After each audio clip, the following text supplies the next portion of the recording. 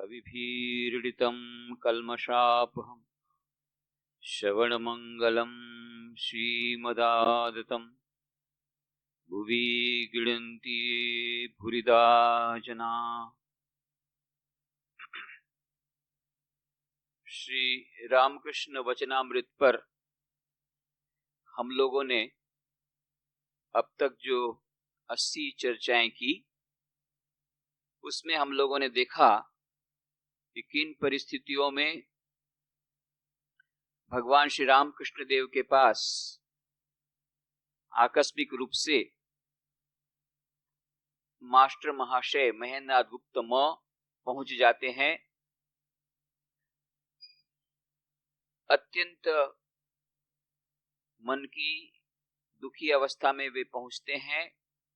निकले थे घर से आत्महत्या के इरादे से, परंतु श्री रामकृष्ण देव के पास जाकर के अद्भुत शांति मिलती है, उन्हें नया जीवन मिलता है, आत्महत्या का इरादा बदल जाता है, उनका आध्यात्मिक जीवन प्रारंभ हो जाता है और वे किस प्रकार से श्री रामकृष्ण देव के पास आना जाना जारी रखते हैं और दक्षिणेश्वर के उस मंदिर में श्री रामकृष्ण के कमरे में बैठ करके सब बातें सुनते हैं जो रामकृष्ण देव की भक्तों के साथ होती थी। और जिस दिन ये बातें होती थी उसी दिन अपनी डायरी में वे उन बातों का सारांश लिख लेते थे। विश्व के इतिहास में पहली बार ऐसा हुआ कि किसी अवतार के उपदेश इस प्रकार से डायरी में लिखे गए, जिस दिन उपदेश दिए गए थे उसी दिन लिखे गए। इसके पूर्व हम जानते हैं भगवान श्री कृष्ण की वाणी उन्होंने जो गीता में जो दी या महाभारत में जो दी या पांडवों को जो कही या अर्जुन को जो कही, कई वर्षों बाद वेद व्यास जी ने उसको लिपिबद्ध किया। या भगवान बुद्ध की वाणी को उनके निर्वाण प्राप्ति के 200-250 वर्ष बाद उनके उपदेशों का संग्रह किया गया। जीसस क्राइस्ट के मरने के बाद करीब 250 वर्ष बाद ये बाइबल लिखे गए। उसको 4 प्रकार की बाइबल, 4 प्रकार की गॉस्पेल्स लिखी गई। परंतु यह अद्भुत बात कि श्री रामकृष्ण देव इस अवतार में जिस दिन ये बातें हुई उसी दिन बातें मास्टर महाशय ने अपनी डायरी में लिख ली। बाद में स्वामी विवेकानंद को जब पता पड़ा तो उन्होंने वो डायरी चाही और डायरी को पढ़ करके वे अत्यंत उत्तेजित हो गए और उन्होंने कहा कि इसमें तो बहुत ही महान और बहुत ही अमूल्य बातें हैं और यह उचित है कि इसको प्रकाशित किया जाए मानव जाति के कल्याण के लिए। मास्टर महाशय ने कहा ये मेरी प्राइवेट डायरी है, व्यक्तिगत डायरी है, इसे मैं पब्लिश नहीं करने दूंगा। परंतु बाद में स्वामी विवेकानंद मां शारदा के अनुरोध पर वे मान जाते हैं और यही डायरी रामकृष्ण कथामृत पुस्तक के रूप में प्रकाशित होती है। पहले तो अंग्रेजी में गॉस्पेल ऑफ श्री रामकृष्ण के नाम से निकाले थे। 1897 में 2 लिफलेट निकाले थे, जिसको पढ़ करके श्री राम स्वामी विवेकानंद अत्यंत प्रसन्न हुए थे और उन्हें प्रोत्साहित किया था पूरी डायरी को प्रकाशित करने के लिए। और वही बाद में रामकृष्ण कथामृत पुस्तक के रूप में वह डायरी प्रकट होती है और बाद में उसके विभिन्न भाषाओं में उस पुस्तक के अनुवाद होते हैं। हिंदी में रामकृष्ण वचनामृत के रूप में सूर्यकांत त्रिपाठी निराला जी अनुवाद करके निकालते हैं और फिर मराठी, तमिल, तेलुगु, मलयालम, कन्नड़, उड़िया विभिन्न भाषाओं में उसका अनुवाद होते हैं। अंग्रेजी में the gospel of Shri Ramakrishna के नाम से अनुवाद होता है और फिर Spanish, German, Greek, Russian, Dutch, Japanese विभिन्न भाषाओं में उसके अनुवाद होते हैं।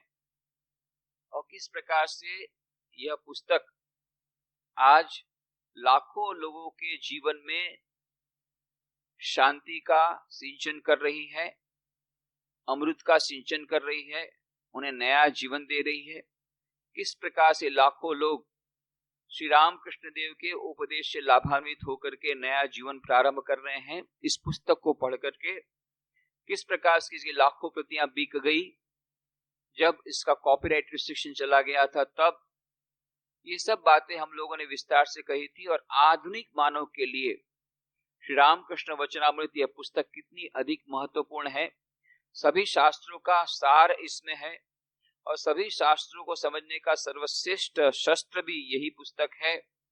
इस प्रकार से हमने विभिन्न चर्चाएं की थी, विविध विस्तार से चर्चा की थी। और श्री रामकृष्ण वचनामृत के प्रथम खंड का हम लोग पाठ कर रहे थे। प्रथम खंड के 34 परिच्छेद तक की चर्चा हमने समाप्त कर ली और 35वें परिच्छेद की चर्चा जारी की थी, जिसमें कि श्री रामकृष्ण देव दक्षिणेश्वर मंदिर से कलकत्ता आए हुए हैं और बलराम के मकान पर, अधर के मकान में राम के और अधर के मकान बलराम के मकान पर आए हैं। और शनिवार 2 जून 1883 ईस्वी, जिसमें कि श्री रामकृष्ण देव ने बातें कही, ब्राह्मण समाजी लोग साकार को नहीं मानते, हंसकर कहा नरेंद्र कहता है पुतलिका, फिर कहता है वे अभी तक काली मंदिर में जाते हैं। तो इस प्रकार से पिछली चर्चा में हमने ये बात कही कि किस प्रकार से इसका सार गर्भित अर्थ क्या है। उस समय ब्राह्मण समाज ने किस प्रकार से यह जो मूर्ति पूजा है उसके विरोध में एक बड़ा गठबंधन किया था और वे भी ये मानने लगे थे कि इस प्रकार से हमारे हिंदू धर्म के जो देवी देवता हैं इनकी पूजा करने के कारण ही हमारी अवनति हुई है, हमें वेद की ओर जाना पड़ेगा, मात्र निराकार को ही भजना होगा। ये एकांगी भाव यह आया था। और उस समय के जितने युवक लोग थे, जो पढ़े लिखे युवक थे, जो अपने आप को आधुनिक समझते थे, मॉडर्न समझते थे, वे इस ब्राह्मण समाज के सदस्य बनना अपनी बहुत बड़ी एक उपलब्धि मानते थे और इस प्रकार से डिक्लेरेशन भी देते थे लिख करके कि हम कभी भी किसी मिट्टी की मूर्ति के सामने सिर नहीं झुकाएंगे। और इस पर हमने विस्तृत चर्चा की कि यह आवश्यक था, पाश्चात्य संस्कृति पर भारतीय प्राचीन संस्कृति का यदि विजय होना था, यदि यह सनातन धर्म जो हजारों वर्षों से चला आ रहा है उसका विजय यदि उस पाश्चात्य जड़वादी सभ्यता पर यदि होना था, तो यह आवश्यक था कि पाश्चात्य संस्कृति के प्रतीक के रूप में, पाश्चात्य सभ्यता के प्रतीक के रूप में, पाश्चात्य जड़वादिता के प्रतीक के रूप में जो शिक्षा दी जा रही थी, उस शिक्षा में जो शिक्षित थे उस समय के मॉडर्न युवक, जिसमें प्रमुख थे नरेंद्रनाथ दत्त वकील के लड़के, विश्वनाथ दत्त एक महान हाईकोर्ट के अटर्नी के लड़के, ऐसे एक प्रतिनिधि को, जो प्राचीन भारतीय संस्कृति के प्रतिनिधि रामकृष्ण के पास आना पड़ा। और श्री रामकृष्ण देव ने बड़े प्रेम पूर्वक धीरे धीरे किस प्रकार से इस नरेंद्र का परिवर्तन किया। और वही नरेंद्र जो सिर नहीं झुका सकते थे किसी मिट्टी की मूर्ति के सामने, मां काली के सामने, वे मां काली को मानते हैं। इतना ही नहीं, बाद में पूर्णतः समर्पित हो जाते हैं और कहते हैं कि प्रत्येक क्षण मानो वह जगदम्बा मेरे सिर पर है, मुझसे इतना काम करा रही है। एक अद्भुत परिवर्तन, यही मानो पाश्चात्य संस्कृति पर प्राचीन भारतीय संस्कृति का विजय था उस दिन, जिस दिन नरेंद्रनाथ ने उस मां काली को माना और वहां पर जाकर के उनका हृदय परिवर्तन हुआ। तो इसकी छोटी सी घटना, ये तो विश्व के इतिहास में वह घटना कितना महत्व रखती है, इसकी चर्चा हमने पिछले चर्चा में की थी। श्री रामकृष्ण बलराम के घर पर आए हैं, वे एकाएक भावाविष्ट हो गए। संभव है, देख रहे हैं ईश्वरी जीव तथा जगत बने हुए हैं, ईश्वरी मनुष्य बनकर घूम रहे हैं। जगन माता से कह रहे, मां यह क्या दिखा रही हो, रुक जाओ, यह सब क्या दिखा रही हो, राखाल आदि के द्वारा क्या क्या दिखा रही हो। मां रूप आदि सब उड़ गया। अच्छा माँ, मनुष्य केवल ऊपर का ढांचा ही है ना, चैतन्य तुम्हारा ही है। तो श्री रामकृष्ण देव इस प्रकार से जब समाधि अवस्था में जाते थे, अर्धबाह्य ज्ञान अवस्था में, तो मानो ये वार्तालाप करते ईश्वर से, जगदम्बा से। माँ, आजकल के ब्राह्मण समाजी मीठा रस नहीं पाते, आंखें सुखी मुंह सुखा, प्रेम भक्ति न होने से कुछ न हुआ। यह श्री रामकृष्ण देव का जो मानना, यह उनकी मान्यता है कि ज्ञान तो ठीक है, ज्ञान के द्वारा भी ईश्वर की प्राप्ति हो सकती है, पर बिना भक्ति के वह प्रेम रस नहीं मिलता, तो मानो वह उसका पूरा आनंद उस आध्यात्मिक जीवन का हम नहीं ले सकते, मानो वह आनंद अधूरा रह जाता है। और इसीलिए कहते आजकल के ब्राह्मण समाजी मीठा रस नहीं पाते। आजकल के माने उस समय के जमाने के आजकल के, तो उस समय के जमाने के आजकल के जो है वो भी इस समय के आजकल के लोग वैसे ही हैं। तो जो लोग ज्ञान मार्ग का पालन करना चाहते हैं, केवल जो इस प्रकार से भक्ति में विश्वास नहीं रखते या भक्ति मार्ग में विश्वास नहीं रखते, तो वे सुखे रहते हैं, केवल आर्गुमेंट करते हैं, केवल तर्क वितर्क करते हैं। तो कहते ब्राह्मण समाजी मीठा रस नहीं पाते, आंखें सूखी मुंह सूखा, प्रेम भक्ति न होने से कुछ नहीं हुआ। माँ, तुमसे कहा था एक व्यक्ति को साथी बना दो, मेरे जैसे किसी को, इसीलिए राखाल को दिया है ना। ये सब माँ जगदम्बा से समाधि अवस्था में माते हो रही है श्री रामकृष्ण की। तो यह हमें पता है कि राखाल, एक बार श्री रामकृष्ण देव पंचवटी के नीचे बैठे थे, अचानक उन्हें दर्शन हुआ कि माँ ने उनकी गोद में एक बच्चा रख दिया। जब इस दर्शन की बात हृदय राम को कहा श्री रामकृष्ण ने, मामा तब तो बहुत अच्छा होगा, लगता है कि तुमको बालक होगा। छट, मैं तो सब नारी में जगदम्बा रूप देखता हूँ, कैसे मुझे बच्चा होगा। नहीं, जब जगदम्बा ने ऐसा दर्शन कराया तो जरूर एक बच्चा होगा।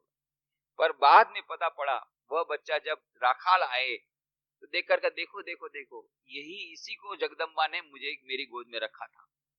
तो ये राखाल को श्री रामकृष्ण देव बहुत प्यार करते थे, लगता था मानो जगदम्बा ने उस राखाल को भेजा है। जिस प्रकार से राखाल बालक कृष्ण भगवान के सखा थे, इस बार जो कृष्ण रामकृष्ण के रूप में आए तो उनके भी सखा के रूप में राखाल आते हैं, और वह लीला में सहायक रूप होते हैं। श्री रामकृष्ण मानो अकेलेपन महसूस करते हैं, जो उनकी इस आध्यात्मिक उच्च अवस्था की बातें नहीं समझ पाते हैं। उस उच्च भाव अवस्था में उन्हें वह एक अवलंबन चाहिए, एक संग लाभ चाहिए जो आध्यात्मिक जीवन से उतना उन्नत हो। तो ये राखाल बचपन से ही बड़े आध्यात्मिक और भक्ति से परिपूर्ण, तो श्री रामकृष्ण के ये मानो मानस पुत्र कहे जाते हैं राखाल, राजा महाराज, जो बाद में चल करके स्वामी ब्रह्मानंद जी बने और रामकृष्ण मठ मिशन के प्रथम अध्यक्ष बने। श्री रामकृष्ण अदर के मकान पर आए हैं, मनोहर साई के कीर्तन की तैयारी हो रही है। श्री रामकृष्ण का दर्शन करने के लिए अदर के बैठक घर में अनेक भक्त तथा पड़ोसी आए हैं। सभी की इच्छा है कि श्री रामकृष्ण कुछ कहें। श्री रामकृष्ण भक्तों के प्रति संसार और मुक्ति दोनों ही ईश्वर की इच्छा पर निर्भर है।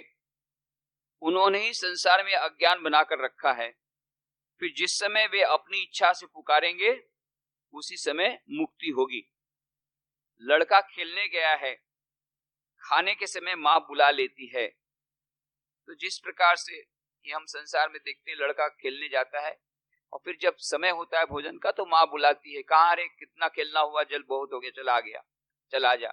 उसी प्रकार से जगदम्बा बुलाती है, बहुत हो गया खेल, चलो अब मुक्ति तुम्हारी। तो उस समय जब मुक्ति करवानी होती है किसी की, तो उसकी पूरी तैयारी माँ जगदम्बा ही करा देती है। जिस समय वे मुक्ति देंगे उस समय वे साधु संग करा देते हैं और फिर अपने को पाने के लिए व्याकुलता उत्पन्न करते हैं। तो वे ही मानो हमारी इसमें कोई बात नहीं। यदि आज हम यहाँ पर आए हैं, इतने सारे बाहर के प्रलोभन छोड़ करके आज हमें सत्संग की इच्छा हुई और सत्संग में आए, तो यह अपनी इच्छा से नहीं आए, ये ईश्वर की कृपा से हुआ। नहीं तो कितने लोग सोचते हैं हम लोग जाएंगे पर नहीं आ पाते हैं, कुछ न कुछ बाधा आ जाती है।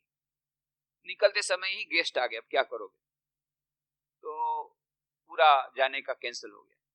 पर यहाँ पर यदि कोई आ गए तो ये समझना चाहिए ईश्वर की बहुत कृपा हुई। इसलिए आदि शंकराचार्य ने कहा विवेक चूड़ामणि के प्रथम श्लोक में ही कह दिया, दुर्लभम एवं एतत्रयम देवानुग्रह हेतुकम मनुष्यत्वम मुमुक्षुत्वम महापुरुष संशय। ये तीन बातें बहुत विरल है, दुर्लभ है, केवल ईश्वर की कृपा से ही मिलती है, ऐसे नहीं मिलती। यदि ऐसे तीन बातें आ गई तो समझ तीनों बातें भगवान की कृपा। एक, मनुष्यत्व, मनुष्य जन्म मिलना बहुत मुश्किल। दूसरा, 84 लाख योनि में मात्र मनुष्य योनि में ही ईश्वर की प्राप्ति हो सकती है, ऐसा मनुष्य योनि हम सबको प्राप्त है। मोक्षत्व, मुक्ति प्राप्त करने की इच्छा। 0.001% भी लोग ऐसे नहीं होंगे जो कहेंगे कि हमें मुक्ति चाहिए। सब लोग चाहते हैं कि नहीं नहीं नहीं, हमें मुक्ति नहीं चाहिए। तो मुक्ति चाहने वाले बहुत कम हैं। ये ईश्वर की कृपा से ही मुक्ति की इच्छा होती है, मोक्षत्व की इच्छा होती है। और तीसरा, महापुरुष संशय, ये और भी कठिन। यह महापुरुष का संशय मिलना, उनका लाभ मिलना, उनका सत्संग मिलना, ये बहुत कठिन है। तो ये तीनों यदि मिल गए तो समझ जाना चाहिए ईश्वर की विशेष कृपा है। तो श्री रामकृष्ण कहते हैं जिस समय वे मुक्ति देंगे उस समय वे साधु संग करा देते हैं और फिर अपने को पाने के लिए व्याकुलता उत्पन्न कर देते हैं। ये मानो तैयारी है। श्री रामकृष्ण कहते हैं यदि जीवन में व्याकुलता आ गई ईश्वर को पाने के लिए, मुक्ति प्राप्त करने के लिए, तो समझ जाना चाहिए अरुणोदय हो गया, अब सूर्योदय होने में कोई देर नहीं है। माने ईश्वर की प्राप्ति में अब कोई देर नहीं, मुक्ति में प्राप्ति में देर नहीं, यदि व्याकुलता आ गई तो। पर व्याकुलता आना बड़ा कठिन है, वही ईश्वर की कृपा से ही व्याकुलता आती है। तो श्री रामकृष्ण कहते वही व्याकुलता भी वही दे देते हैं। ईश्वर को पाने की व्याकुलता कितने लोगों को होती है? बहुत कम लोग। अधिकांश लोग ईश्वर को नहीं चाहते, ईश्वर से चाहते हैं। ईश्वर को कोई नहीं चाहता, ईश्वर से चाहते हैं। जितने लोग जाते हैं मंदिर में, मस्जिद में, गिरजाघर में, गुरुद्वारा में, कितने सारे उपवास करते हैं, कितनी जगह इतने दर्शन करने जाते हैं, लाखों लोग, भगदड़ मच जाती है, स्टैम्पेड हो जाता है, लोग मर जाते हैं। अभी राजस्थान में मरे, पिछले साल गुजरात में मरे। ये सब क्या मुक्ति प्राप्त करने गए थे? नहीं। ये सब भगवान को प्राप्त करने के नहीं, भगवान से प्राप्त करने के लिए। कुछ न कुछ उनकी मान्यता, कुछ मानता थी, कुछ ये था, कुछ चाहते थे सांसारिक लौकिक, कुछ प्रार्थना थी।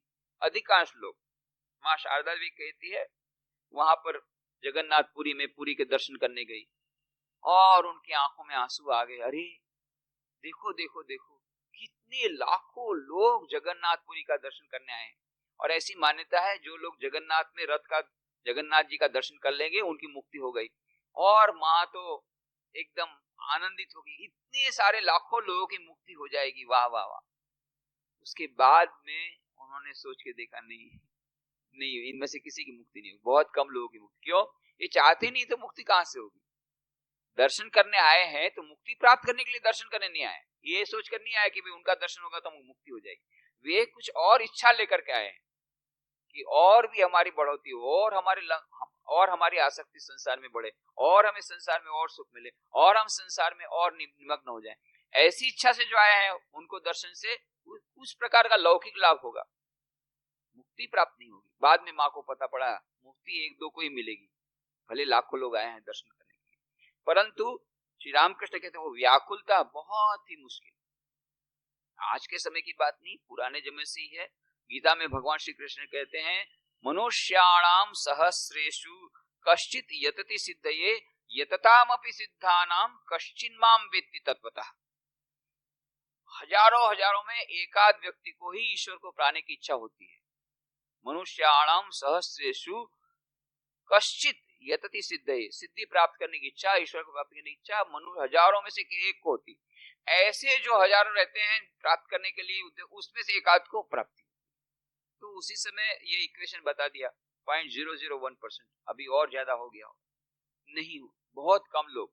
तो यदि व्याकुलता आ गई तो श्री रामकृष्ण कहते समझ जाना बस, ये जैसे सूर्योदय होने के पहले लालिमा छा जाती है, आकाश में लाल लाल रंग आ जाता है। एक अरुणोदय के समय की जो लालिमा आती है आकाश में, ये आ गया व्याकुलता ही। अब सूर्योदय होगा माने ईश्वर का दर्शन होना जल्दी से हो जाएगा। पर व्याकुलता, ये व्याकुलता ऐसे नहीं आती, वो भी उनकी कृपा से आती है।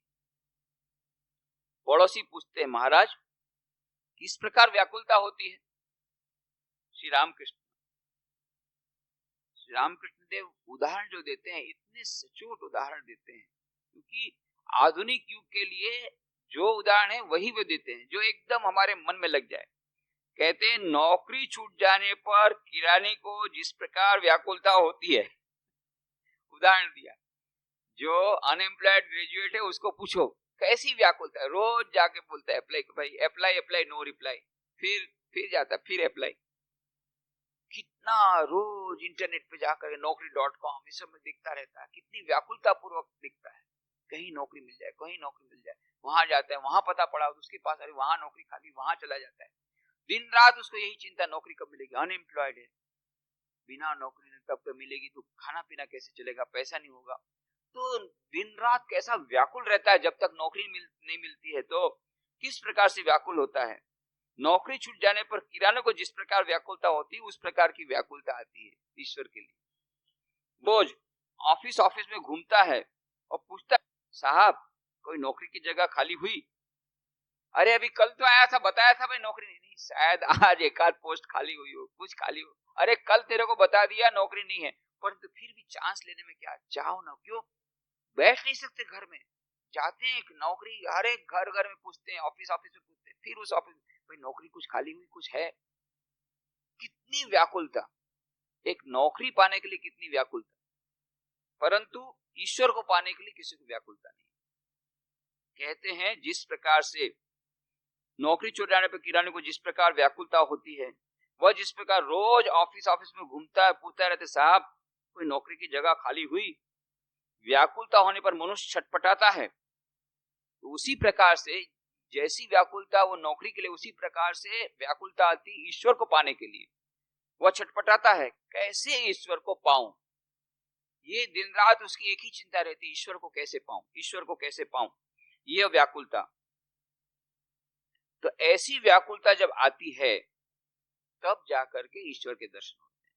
तो ये श्री रामकृष्ण को पूछा था भाई ये व्याकुलता क्यों नहीं आती, ये ईश्वर के दर्शन क्यों नहीं होते, तो होगा होगा होगा, अभी साधना करो, जब तक की व्याकुलता नहीं आएगी तब तक दर्शन होना असंभव है, व्याकुलता सबसे पहले चाहिए। स्वामी विरजानंद जी महाराज कहते हैं परमार्थ संघ पुस्तक में कि यदि ईश्वर तुम्हारे सामने आ जाए और कहे कि देखो दो प्रपोजल है, एक प्रपोजल तो है कि तुमको अभी कभी मुक्ति दे दूं, और दूसरा प्रपोजल ये है कि तुमको बहुत अच्छी नौकरी दे दूं, बहुत अच्छा बढ़िया पैकेज, और बहुत अच्छी सुंदर स्त्री, और बहुत अच्छे बच्चे, संसार में जिस प्रकार का सुख, जितना अच्छा बढ़िया से बढ़िया मकान, ये सब जितने सांसारिक सुख है वो सब तुमको दे दूं, तो दो में से तुमको क्या चाहिए। तो बोले 99% लोग बोलते पहले ये तो वो बाद में देखा जाएगा, मुक्ति बाद में देखी जाएगी, अभी तो हमको नौकरी दे दो, ये 99% लोग बोलेंगे। स्वामी विरजानंद जी बोलते हैं ये मुख्य तो क्यों, हमारे मन में भी वो धारणा ही नहीं है, तो व्याकुलता नहीं है, तो जब तक व्याकुलता नहीं आती तब तक ईश्वर के दर्शन असंभव हैं। ये श्री रामकृष्ण बोल सकते हैं क्योंकि उन्होंने अपने जीवन के द्वारा दिखाया, और ये पहली बार एकमात्र उन्होंने साधना क्या की, न राजयोग किया, न भक्ति योग किया, न ज्ञान योग किया, न कर्म योग किया, न किसी गुरु बनाया, एकमात्र उनकी साधना क्या थी, व्याकुलता योग, उसे हम यही कह सकते हैं व्याकुलता योग। क्या क्या उन्होंने कुछ साधना नहीं की, न उन्होंने कुछ इस प्रकार से कोई बहुत बड़ी तपस्या की, क्या किया, केवल एक साधना की, रोने की साधना, केवल रोए रोए रोए, केवल रोना रोना रोना, और केवल व्याकुलता व्याकुलता व्याकुलता, बस उसी के कारण उनको मां के दर्शन, और तो कोई साधना उन्होंने नहीं की। आकस्मिक रूप से पुजारी बने, यह भी एक अद्भुत खेल ईश्वर का, कि जगदम्बा का, कि किस प्रकार से वो रानी रासमणी जा रही है, बनारस में दर्शन करने के लिए नौका सब तैयार हो गई, सब कुछ हो गया। और तब उन्हें स्वप्न में जगदम्बा ने कहा, तू कहाँ जाती है तीर्थ यात्रा करने, बल्कि मेरी प्रतिष्ठा कर, मेरा मंदिर बनवा दे। तो वही 9 लाख रुपए, उस समय के 9 लाख रुपए, इस समय तो कम से कम 90 करोड़ रुपया होगा। उस समय के जमाने के 9 लाख रुपए से उन्होंने दक्षिणेश्वर का उस मंदिर बनाया, माँ काली का। और फिर रानी रासमणी को एक दिन दर्शन होता है, माँ काली कह रही है, कब तक तू मुझे इस प्रकार से रखेगी पेटी में, मेरा श्वास रुक रहा है। तब उनको, रानी रासमणी को याद आया कि मूर्ति पहले बन गई थी, उसको पेटी में रख दिया था, तुरंत फिर उसकी प्रतिष्ठा कर दी, मंदिर अधूरा था फिर भी प्रतिष्ठा कर दी। ये मानो सब दिव्य योजना, किस प्रकार से वो दक्षिणेश्वर का मंदिर बनता है, किस प्रकार से रानी रासमणी को वह जगदम्बा की एक संकेत मिलता है कि तुम वहां मत जाओ। उनका मंदिर बनाने का, उनकी मंदिर बनाने का मानो संकेत भी वही देती हैं, और जगदम्बा की इच्छा से वहां जगदम्बा की प्रतिष्ठा होती है। और फिर पुजारी नहीं मिलता है, क्योंकि वो निम्न वर्ण की थी रानी रासमणी, तो कोई ब्राह्मण पूजा करने के लिए नहीं आता है। और तब जाकर के राम कुमार, श्री रामकृष्ण के बड़े भाई, बहुत बड़े पंडित थे, उनको बुलाया गया। उन्होंने एक बीच का रास्ता बताया, बोले ये तो सच है, निम्न वर्ण की जो महिला है वो यदि मालकिन रही तो कोई भी ब्राह्मण परिवार का सदस्य इस ईश्वर, इस माँ की मूर्ति की पूजा करने के योग्य कर नहीं सकता, ये शास्त्र में है। परंतु एक बात, उसका रास्ता फिर निकाला उन्होंने, यदि रानी रासमणी उसको देवोत्तर ट्रस्ट करके दूसरे के नाम से ये मकान, मंदिर बना दे, समर्पित कर दे, तो फिर उनकी मालिकी नहीं रहेगी। तब उसके बाद में कोई ब्राह्मण पुजारी उसकी पूजा कर सकता है। तब रानी रासमणी तुरंत देवोत्तर डीड बनाया, ट्रस्ट बनाया, ट्रस्ट के नाम से वो प्रॉपर्टी दे दी। और तब जाकर के फिर रानी रासमणी ने कहा कि जब आप ही ने ये सुझाव बताया है तो आप ही पुजारी बन जाइए। और वही राम कुमार वे पुजारी बनते हैं। फिर आकस्मिक रूप, फिर युवावस्था में ही उनकी मृत्यु हो जाती है। और तब मथुर बाबू बोलते हैं, उनके दामाद, उन्होंने देखा था रामकृष्ण परमहंस किस प्रकार से भक्तिमय हैं, किस प्रकार से वे अत्यंत निष्ठावान ब्राह्मण, किस प्रकार से वे शांत ऐसे एक युवक उस समय के। और उनकी भक्ति से प्रसन्न होकर के मथुर बाबू और रानी रासमणी तय करते हैं कि बाबा आप ही अब पुजारी बन जाइए, आपके बड़े भाई करते थे पूजा, तो आप पूजा, अब आप पूजा आप करिए माँ की, ना तो मुझे पूजा आता है और मैं तो पूजा नहीं कर सकता, मैं पुजारी नहीं बनूंगा। बहुत समझाया। फिर बोले आपको क्या अड़चन है? अरे बोले इसमें इतने सारे गहने, सब मैं संभाल नहीं सकूंगा। यदि गहने वगैरह जो हैं, उनकी साज सज्जा है, उसका भार यदि हृदय ले, उनका भांजा था, सेवक के रूप में आया था, ये उनके साथ आया था, वो यदि लेता है तो पूजा मैं करूंगा, बाकी मैं ये सब इतना सारा बस ये नहीं ले सकता। तो ठीक है, हृदय राम को रखा गया, वो साज सवार करेगा और श्री रामकृष्ण पूजा करेंगे। अब पूजा करते हैं श्री रामकृष्ण देव, तो देखा कि वो भोग धरा है, तो भोग ऐसे ही ऐसा है, जैसा रखा था ऐसा ही है, कम तो हुआ नहीं। अरे माँ तुमने खाया क्यों नहीं? तो ऐसा का ऐसा रखा है। गांव से आए थे, न कोई पूजा पाठ कुछ नहीं जानते, बस ये कहते माँ तुम ग्रहण करो।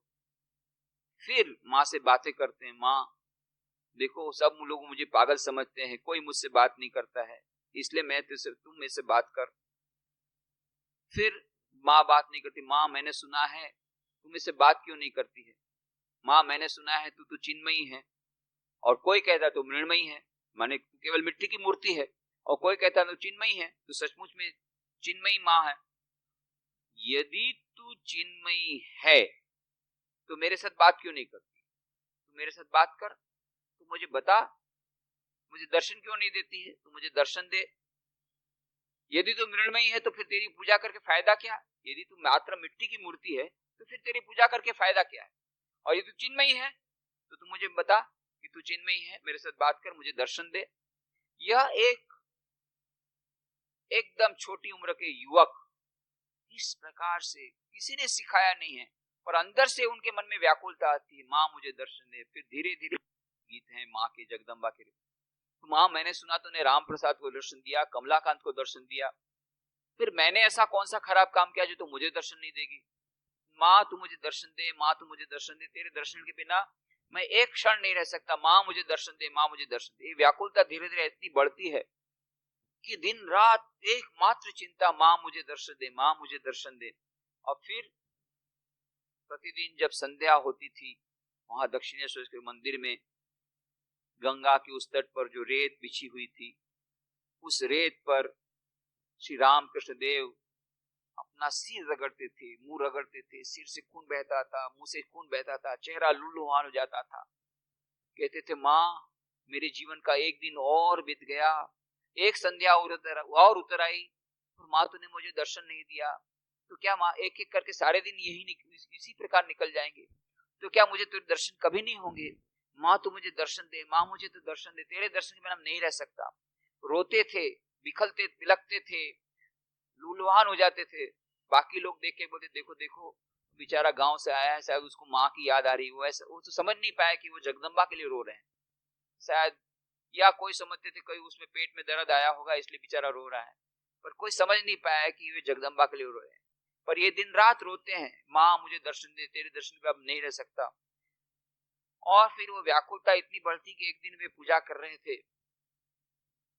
और पूजा करते करते वहां दक्षिणेश्वर के मंदिर में वो जगदम्बा की भवतारिणी की मूर्ति, ये भवतारिणी का फोटो यहाँ पर है, वही भवतारिणी की मूर्ति वहां पर है। और उस भवतारिणी के मंदिर में दर्शन कर रहे हैं, पूजा कर रहे हैं। पूजा करते करते अचानक उनके मन में आया, अरे इतने दिन से पूजा कर रहा हूँ, इतने दिन से पुकार रहा हूँ, इतने दिन से प्रार्थना कर रहा हूँ, इतने दिन से रो रहा हूँ, और माँ ने तो दर्शन नहीं दिया। और जब दर्शन ही नहीं हुआ तो फिर इस जीवन का क्या प्रयोजन है? इस जीवन को जीवित रख के भी क्या फायदा है? बस अचानक उनके मन में विचार आया, नहीं नहीं नहीं, मैं अब जीवित नहीं रखूंगा, माँ के दर्शन के बाद मैं जीवित नहीं रह सकता। इतनी व्याकुलता आई है, बिना दर्शन के अब उनका जीवन संभव नहीं है। तो पास में वह खड़ग लटक रहा था मंदिर में, एकदम पागल के समान जाते हैं, खड़ग को ले लेते हैं। खड़ग को लेकर के, बस माँ तू अब दर्शन नहीं देती तो कोई बात नहीं, ये मेरा बलिदान स्वीकार कर। और ऐसा करके जैसे ही अपने सिर पर मारने वाले हैं कि माँ का दर्शन होता है, और माँ माँ माँ कहते कहते कहते श्री रामकृष्ण समाधि अवस्था में चले जाते हैं। तो यह मानो माँ का प्रथम दर्शन उन्हें हुआ, जगदम्बा का। उसके बाद में तो कि लगातार कितनी बार माँ का दर्शन होता है, माँ उनके साथ बातचीत करती है, माँ उनके साथ खेलती है। अद्भुत। वह हमारे इस आधुनिक मानव के लिए यह सब समझना बड़ा कठिन है, परंतु यह जो कुछ है सो है। इसीलिए श्री रामकृष्ण के बारे में पुस्तक, जब जीवन चरित्र लिखा क्रिस्टोफर शरवुड ने, बहुत बड़े नॉवेलिस्ट थे, तो उन्होंने पुस्तक लिखी Shri Ramakrishna and his disciples. वो नॉवेल नहीं है, पर वो नॉवेलिस्ट थे। उन्होंने जितनी उसमें बातें लिखी सब सत्य पर आधारित है, एकदम सत्य पर आधारित, कोई इसमें कल्पना नहीं है। परंतु लिखने का तरीका इतना सुंदर है, क्योंकि वो नॉवेलिस्ट थे, ऐसा लगता है कि मानो हम नॉवेल पढ़ रहे हो, मानो हम एक पूरी नॉवेल ही पढ़ रहे हो, इस प्रकार की अनुभूति होती है।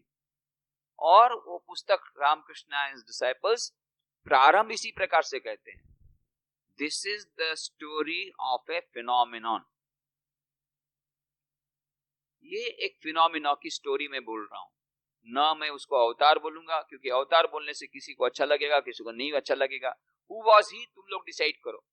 उन्होंने कहा पाठक लोगों को तुम डिसाइड करो, तुम उसको अवतार कहोगे कि तुम उसको संत कहोगे, तुमको उनको पागल समझोगे, पागल आदमी समझोगे, और तुम समझो जो समझना हो। जो जो हुआ मैं केवल घटना का वर्णन करूंगा। पर एक अद्भुत घटना घटी। रामकृष्ण देव नाम के व्यक्ति आए इस पृथ्वी पर, और जो कुछ भी हुआ इसमें कहीं कल्पना नहीं।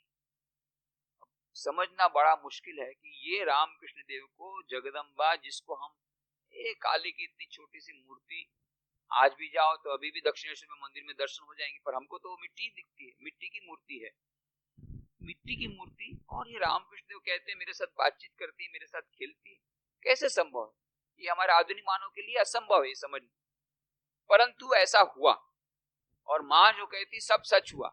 माँ जगदम्बा ने श्री रामकृष्ण को उस भावावस्था में जो जो बातें कही, बाद में सब सच पड़ी। यही उसका प्रमाण है कि उनको जगदम्बा के दर्शन। पर ये जगदम्बा के दर्शन हुए श्री रामकृष्ण को, उनका सारा जीवन अद्भुत शांति, अद्भुत आनंद, ये मानो आनंद में खो गए। तो यह कौन सी साधना की श्री रामकृष्ण ने? व्याकुलता साधना, व्याकुलता योग, रुदन योग। केवल रोए, न कोई जप किया, न कोई ध्यान किया, न कोई योगासन किया, न प्राणायाम किया, कुछ नहीं, केवल एक ही साधना, रोना। माँ मुझे दर्शन दे, माँ मुझे दर्शन दे। ये मानो आधुनिक मानव के लिए उन्होंने व्याकुलता योग हमारे समक्ष रखा। तो श्री रामकृष्ण यहाँ पर कहते हैं कि व्याकुलता होने पर मनुष्य छटपटाता है, कैसे ईश्वर को पाऊं। तो कैसी व्याकुलता होनी चाहिए जगदम्बा को प्राप्त करने के लिए, ईश्वर को प्राप्त करने के लिए? ये मानो श्री रामकृष्ण अपने जीवन के द्वारा उन्हें बताया, केवल उपदेश के द्वारा नहीं, जीवन के द्वारा उन्होंने बताया। और श्री रामकृष्ण कहते हैं, और यदि मूंछों पर हाथ फेरते हुए पैर पर पैर धरकर बैठे बैठे पान चबा रहा है, कोई चिंता नहीं, तो ऐसी स्थिति में ईश्वर की प्राप्ति नहीं होती। यह श्री रामकृष्ण का सबसे बढ़िया ये जो उनका तरीका है। एक तो वे उदाहरण जो देते हैं एकदम आधुनिक युग के लायक, क्योंकि अनएम्प्लॉयड आदमी को नौकरी के लिए कितनी खोज रहती, कितनी व्याकुलता उदाहरण देते हैं। और सचित्र वर्णन करते हैं, एकदम जीवंत वर्णन, कि पैर पर पैर लगाकर बैठा है, मूंछों पर ताव दे रहा है कोई जमींदार या कोई ऐसा बड़ा आदमी, और पान चबा रहा है और कहता है कि मुझे तो हे भगवान तुम्हें मुझे दर्शन दे दो। तो उसको तो कोई चिंता ही नहीं है, कोई व्याकुलता नहीं है। तो ऐसी अवस्था में भगवान के दर्शन नहीं होते, व्याकुलता अवस्था में होते हैं। फिर ऐसी स्थिति में ईश्वर की प्राप्ति नहीं होती। पड़ोसी कहते साधु संग होने पर क्या व्याकुलता हो सकती है? श्री राम कहते हाँ हो सकती है, परंतु पाखंडियों को नहीं होती। एक एक्सेप्शन कर दिया, होती है परंतु पाखंडियों को नहीं होती। क्यों? क्योंकि वो पाखंडी है, और तो आया ही है सब पाखंड करने के लिए, उसको तो कुछ चाहिए नहीं, केवल पाखंड करने। कहते हैं पाखंडियों को नहीं होती। साधु का कमंडल चारों धाम होकर आने पर भी कड़वे का कड़वा ही रह जाता है। चारों धाम की यात्रा करने के बाद भी जिस प्रकार से कमंडलू साधु का, वो तो कड़वा ही रहता है। उसी प्रकार से जो पाखंडी रहते हैं उनका साधु संग से कोई लाभ नहीं होता, क्योंकि वो तो साधु को बल्कि उपदेश देने के लिए आए हैं, वो तो साधु से सीखने नहीं आए, तो उनको साधु संग का कोई असर नहीं होता। अब कीर्तन शुरू हुआ है, गोस्वामी जी कला संवाद गा रहे हैं। श्रीमती कह रही है, सखी प्राण जाता है कृष्ण को ला दो। सखी कहती, राधे कृष्ण रूपी मेघ बरसता ही था, पर तूने मान यानी प्रेम कोप रूपी आंधी से उस मेघ को उड़ा दिया। तू कृष्ण के सुख में सुखी नहीं है, नहीं तो मान क्यों करती?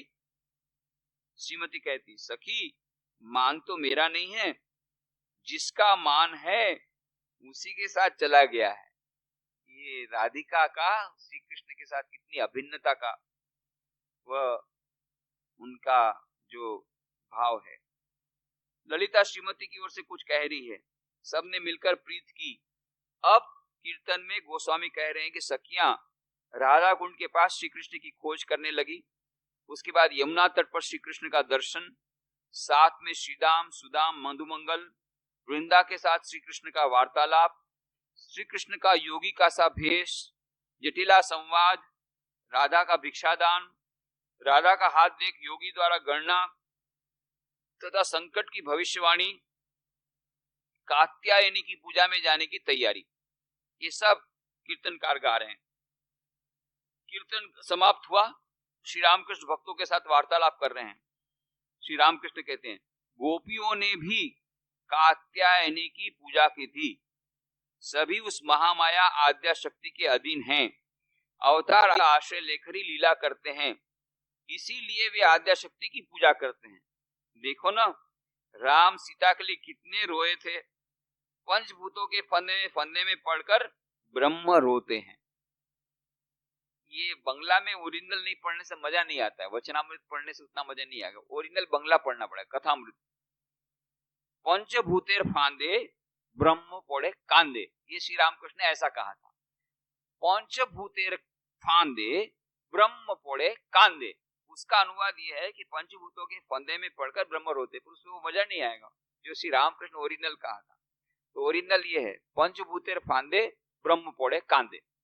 तो ब्रह्म भी रोता है, ब्रह्म जिसने सारी सृष्टि सिद्धि की थी वो भी जब शरीर धारण करता है तो वो भी रोता है। तो फिर हम लोग की तो क्या विषय है, हम लोग को रोना ही है। तो पंचभूतों के फांदे में पड़ करके हम सब रो रहे हैं, ये पंचभूत है। ये पंचभूतों में हम लोग जब आबद्ध हुए तब रोना ही है। ईश्वर खुद रोते हैं, ब्रह्म खुद रोता है, फिर हम लोग किस विषय में हैं। तो ब्रह्म तो पंचभूतेर फांदे ब्रह्म पड़े कांदे, पंचभूतों के फंदे में पड़कर ब्रह्म भी रोते हैं। राम सीता के लिए कितने रोए हैं। अवतार आदि तक उस माया का आश्रय लेकर ही लीला करते हैं, इसलिए वे आद्या शक्ति की पूजा करते थे। तो ये आद्या शक्ति की पूजा सभी ने की, अवतार तक ने भी की, श्री रामकृष्ण ने भी वही पूजा की, आद्या शक्ति की। माँ काली का पूजा की, सबसे पहले जगदम्बा की पूजा की, वहां से उन्होंने प्रारंभ किया। फिर बाद में और देवी देवता की पूजा की और प्रकार की साधना की, पर आद्या शक्ति की पूजा की। ये आद्या शक्ति की पूजा का, जगदम्बा की पूजा को फिर से प्रतिष्ठित किया आधुनिक मानव के लिए कि माँ को पुकारो जल्दी दर्शन मिलेगा। क्यों? पिताजी और माताजी में यही तो अंतर है। पिताजी को पुकारने से कब पिताजी कभी उत्तर देंगे, कभी नहीं देंगे, पर माँ को पुकारने से माँ नहीं रह सकती। माँ का दिल जो रहता है बहुत सॉफ्ट रहता है, बहुत नरम रहता है। जब लड़का रोता है तो फिर माँ नहीं रह सकती, अच्छा बेटा ले ले, वो दे देती। तो ये माँ की, जगदम्बा की पूजा करने के बाद, और ये माँ के इलाके में सब आते हैं। जगदम्बा के इलाके में से कोई बाहर नहीं है। जगदम्बा के इलाके में आने से ब्रह्म ज्ञानी हो या ब्रह्म खुद हो, तो सबको मानना पड़ेगा जगदम्बा को। तो श्रीमद् भगवद गीता में भी कहा, दैवी हेषा गुणमयी मम माया दुरत्या मामेव ये प्रपद्यन्ते माया मेताम तरन्ति। ये जो मेरी माया है दैवी हेषा गुणमयी, ये त्रिगुणमयी जो माया है दैवी, ये दैवी माया है, त्रिगुणमयी माया है। वो कैसी है? दैवी हेषा गुणमयी मम माया दुरत्या, अत्यंत कठिन है, यह बहुत कठिन है, हम उससे पार नहीं जा सकते। तो एकमात्र इलाज है उनकी शरण में जो जाता है, जगदम्बा की शरण में जाता है या ईश्वर की शरण में जो जाता है वही बच सकता है। बाकी जगदम्बा ये जो माया है, दैवी हेषा गुणमयी मम माया दुरत्या। स्वामी विवेकानंद की कंप्लीट वर्क्स में बहुत अच्छी कहानी आती है। नारद मुनि ने पूछा ईश्वर को, हे प्रभु आपकी माया कैसी है? बोले अरे वो तो बहुत कठिन विषय है, वो बाद में तुझे बताऊंगा, अभी तो मुझे प्यास बहुत लगी, पहले पानी पिला। तो नारद गए, जंगल में से जा रहे थे तो गए, अब जंगल में कहाँ पानी मिलेगा पीने का, तो गए पास के गांव में गए। पास के गांव में जाकर के एक मकान में उन्होंने खटखटाया दरवाजा, तो एक सुंदर युवती लड़की आई। क्या बात है? तो मुझे पानी चाहिए, ले जाना है पानी। तो पानी लाने गई तो अब उनका नारद का मन ही पूरा भुला गया।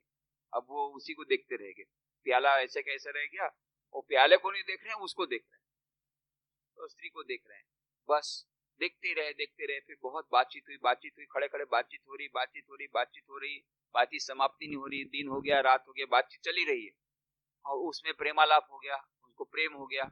बातचीत करते करते पहली नजर में लव एट फर्स्ट साइट बस हो गया। उसके बाद में जब हो गया तो उसके पिताजी ब्राह्मण, बेचारा गरीब ब्राह्मण था, तो उसने देखा, उसने कहा कि भाई आपको लड़की पसंद आई लगती है, इतना बातचीत कर रहे हैं उसके साथ। बोले हाँ बहुत पसंद है, बहुत अच्छी लड़की। तो बोले शादी कर लीजिए। बोले ठीक है शादी कर लेता हूँ।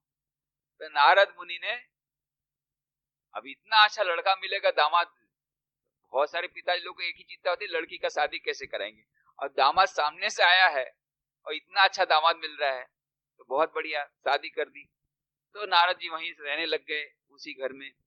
फिर उसके बाद में उसका बाप तो मर गया, तो सब प्रॉपर्टी इसकी हो गई, तो अपना वो कुछ थोड़ा सा खेती बाड़ी कर रहे हैं, वो पत्नी के साथ में दिन रात बहुत मजा कर रहे हैं। फिर बच्चे हुए, बहुत आनंद में है।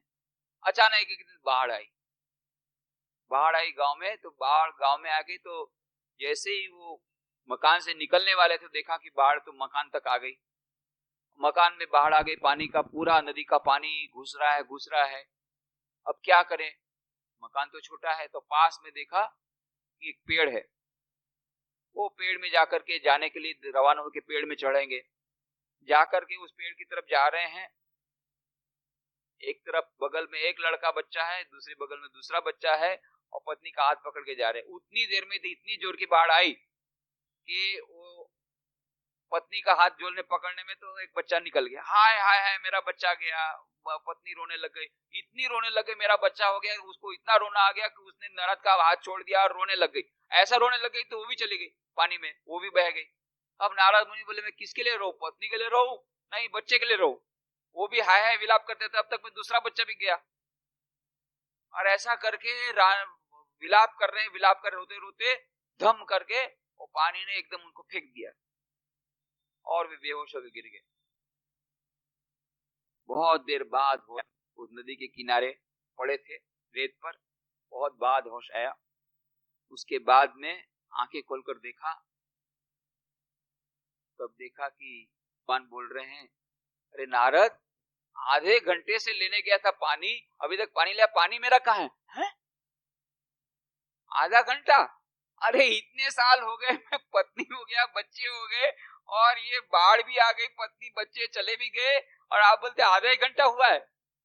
अरे आधा घंटा हुआ, मैं आधे घंटे से राह देख रही हूं, अभी तो आया नहीं। आपको लगता है आधा घंटा, मेरी तो सारी जिंदगी चली गई।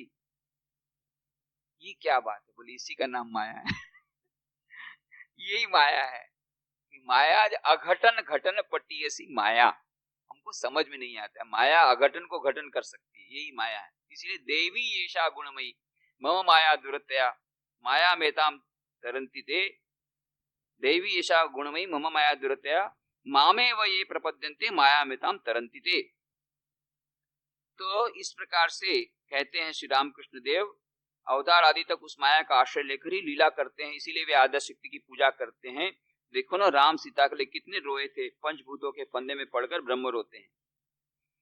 हिरण्याक्ष का वध कर, ये माया बड़ी विचित्र माया है, इसमें जो भी माया में पड़ते हैं वो फंस जाते हैं। ब्रह्म भी नहीं रह सकते, फिर दूसरों की तो बात क्या है।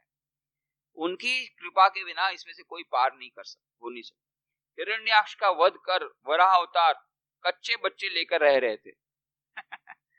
विष्णु भगवान ने वराह अवतार लिया था, ये तो मालूम है, दशावतार में एक वराह अवतार लिया था। हिरण्याक्ष का वध करने के लिए उन्होंने वराह अवतार लिया।